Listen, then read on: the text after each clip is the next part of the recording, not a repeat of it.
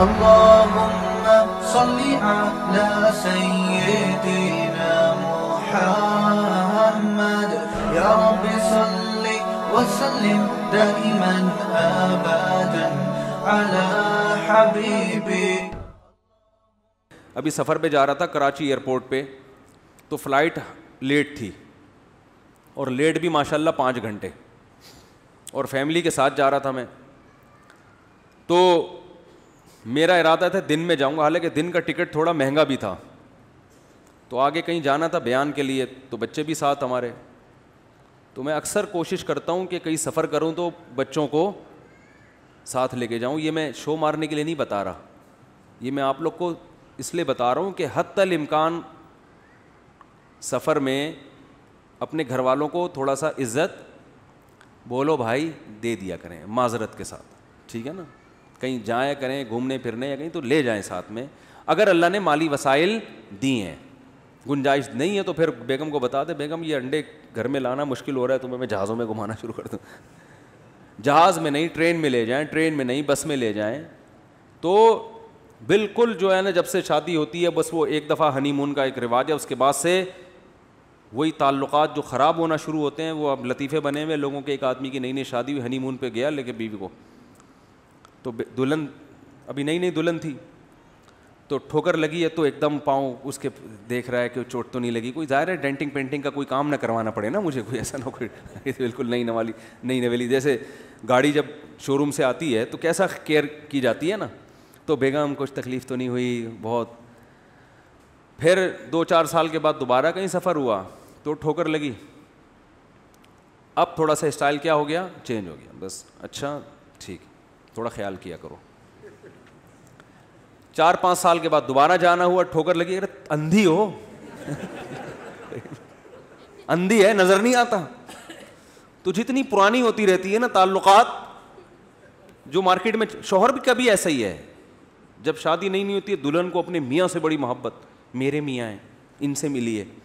تھوڑا سا پرانا ہو گیا تو اب اس کی ویلیو ختم, اور بڈھا ہو گیا تو پھر تو کسی کام کا نہیں ہے, پھر تو بچوں کے ساتھ مل کے اس کو ستاتی ہیں. اللہ معاف فرمائے, جو زیادہ تر کی بات نہیں کر رہا میں, جو بیان نہیں سن رہی ان کی بات کر رہا ہوں.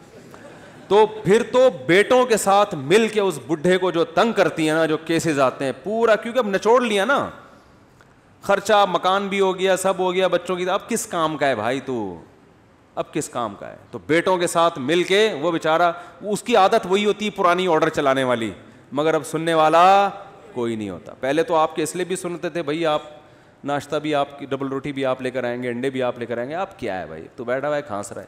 تو نیک عورت بڑھاپے میں اپنے شوہر کے ساتھ وفا کرتی ہے, یاد رکھو, وہ جنتی عورت ہے. کہ بھائی بیٹوں کا ساتھ نہیں دوں گی, اب اختلاف ہوگا تو میں کس کا ساتھ دوں گی, شوہر کا. یہ عورت کے خاندانی ہونے کی دلیل ہوتی ہے. وفادار عورت یہ کرتی ہے بھائی, جیسا مرضی ہے اپنے, لیکن اب چونکہ بیٹوں سے مفاد ہے نا, مفاد بیٹوں سے ہے, مگر ساتھ کس کا دے گی, شوہر کا.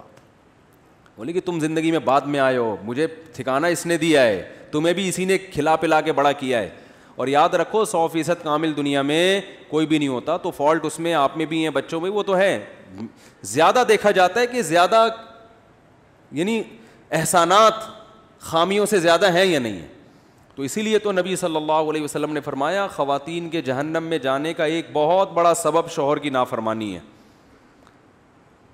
خواتین پھر کہتی ہیں ہمارے خلاف بیان کر, آپ کے خلاف نہیں بیان کر رہا, آپ کو کہ گھر کو بسانے کی کوشش کر رہا ہوں اور آپ کو جنت میں لے جانے کی کوشش کر رہا ہوں. ایکسکیوز می, ٹھیک ہے نا. تو محبت کر لو اس بیچارے مکھنچو سے جو تمہاری زندگی میں آ گیا ہے, ٹھیک ہے نا. پہلے تو تلاش کرتی ہیں وظیفے, کوئی اچھا رشتہ مل جائے, وظیفے بھی کروا لیے اور دعائیں بھی ہو. جن کی بیچاریوں کی نہیں ہو رہی ان کی زندگی دیکھو کیسے گزر رہی. ہاں کوئی بہت خراب ہو, ظالم ہے, تو ہم تو خود ایسی خواتین کو کہتے ہیں اس سے علیحدگی لو. پھر ہم اس مرد کی حمایت نہیں کرتے جو اپنے بیسک حقوق ہی ادا نہیں کر رہا, خام خواہ میں گھر میں چنگیز خان کی طرح داخل ہوتا ہے, بات ہی نہیں کرتا. بعض لوگ ایسے بھی ہوتے ہیں بچوں کو پیار نہیں کر رہے, ان کو ٹائم نہیں دے رہے. تو میں سفر پہ جا رہا تھا تو بچے بھی ساتھ تھے. اب فلائٹ 5 گھنٹے ماشاء اللہ لیٹ, اب بیٹھے ہوئے کہاں جائیں 5 گھنٹے کے لیے. تو بیٹھے بیٹھے پھر میں ایسے موقع پہ فائدہ اٹھاؤں, واٹس ایپ میں جتنے پرانے قبل مسیح کے میسج آئے ہوئے ہیں, کوئی پرانے تعلقات والے, ان سے فون کیا, سارے نمٹا. وہ لوگ بھی کہتے ہیں آج مفتی صاحب کو ہو کیا گیا ہے, کاش تو بڑی لمبی گپ شپ لگا رہے ہیں, بات چیت کر رہے ہیں, کبھی فون نہیں اٹھاتے تھے, تو سارے ایسے نمٹا دیتا ہوں. تو میں بیٹھا ہوا تھا, ایک خاتون آئی, بالکل ہی لبرل قسم کی خاتون, حلیے سے لگتا ہے نا کہ کوئی زیادہ مذہب کو فالو نہیں کرتی. کیا مفتی طارق مسعود صاحب ہیں؟ میں نے کہا جی ہاں.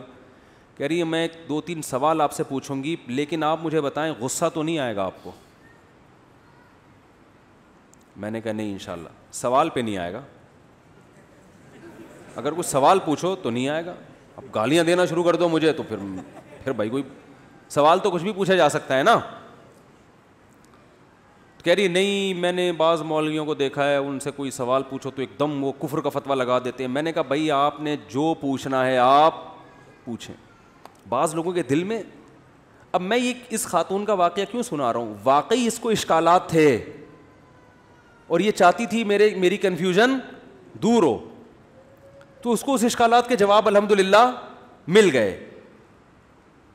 تو وہ انہوں نے وہی اشکالات جو غیر مسلمین کے ہوتے ہیں نا, نبی نے شادی اتنی کم عمر لڑکی سے کیوں کری, ان کے جو 2-4 یہی گھوم کے ان کے کو بیچاروں کو کچھ ملتا ہے ہی نہیں. ٹھیک ہے نا, کہ نبی نے شادی اتنی کم عمر خاتون سے کیوں کر لی, امی عائشہ سے, اور پھر یہ کیا حکمت تھی, وہ میں نے بتایا ان کو, خیر مطمئن ہو گئی جواب سے. اور 2-4 اسی قسم کے اشکالات جو کامن ہے, جو اکثر لوگ پوچھ رہے ہوتے ہیں. تو کہنے لگی کہ میں نے کہا اب بھی کوئی اعتراض ہے نا آپ کے ذہن میں پوچھ لیں, فلائٹ تو 5 گھنٹے لیٹ ہے, بلا تکلف پوچھیں. پھر کہنے لگی غصہ تو نہیں آئے گا؟ میں نے کہا نہیں آئے گا.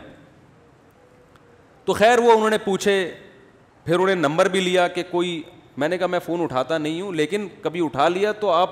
اور پھر میں نے کہا کہ دنیا میں بہت سارے علماء ہیں, کسی سے بھی کوئی بھی سنجیدہ عالم آپ کے سوال پہ غصہ نہیں ہوگا. آپ کو پتہ نہیں کس مولانا سے آپ کا واسطہ پڑا ہے جو غصہ ہو رہا ہے. ہم نے تو دیکھا ہے علماء غصے نہیں ہوتے.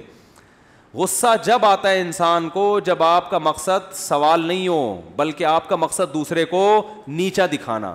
تو یوٹیوب پہ جو ملحد اور ایتھیسٹ لوگ کام کر رہے ہیں نا, ان کا مقصد اشکالات نہیں ہوتا, یہ تمسخر مذاق اڑانا ہے. دیکھو یہ خاتون بھی لبرل تھی, بالکل لبرل اسٹائل ان کا, لگ رہا تھا مذہب سے کوئی ان کو لگاؤ, لیکن کچھ اشکالات کی وجہ سے نا, تو اب آتے ہی یہ میرا مذاق اڑانا شروع کر دیتی ہیں. یہ بچے آپ کے ہیں؟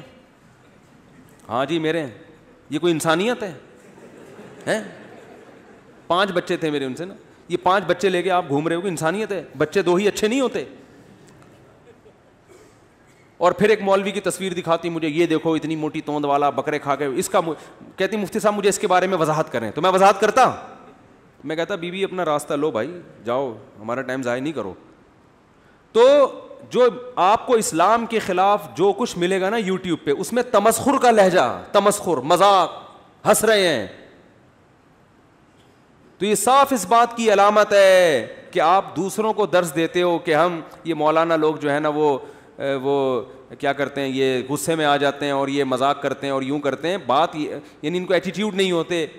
تو آپ کے اسٹائل سے پتہ چلتا ہے کہ آپ کے پاس دلائل نہیں ہیں. تبھی آپ مولویوں کا بہت مذاق اڑاتے ہیں, مدرسوں پہ الزامات, مولویوں پہ الزامات. وہ اگر کیا بھی ہے کسی مولوی نے, تو اسلام نے کوئی ہر مولوی کا ٹھیکہ تھوڑی لیا ہوا ہے بھائی. اسلام نے تو میری بھی ذمہ داری نہیں لی ہے کہ 15ویں صدی میں مفتی طارق مسعود صاحب ہوں گے, وہ بہت نیک ہوں گے.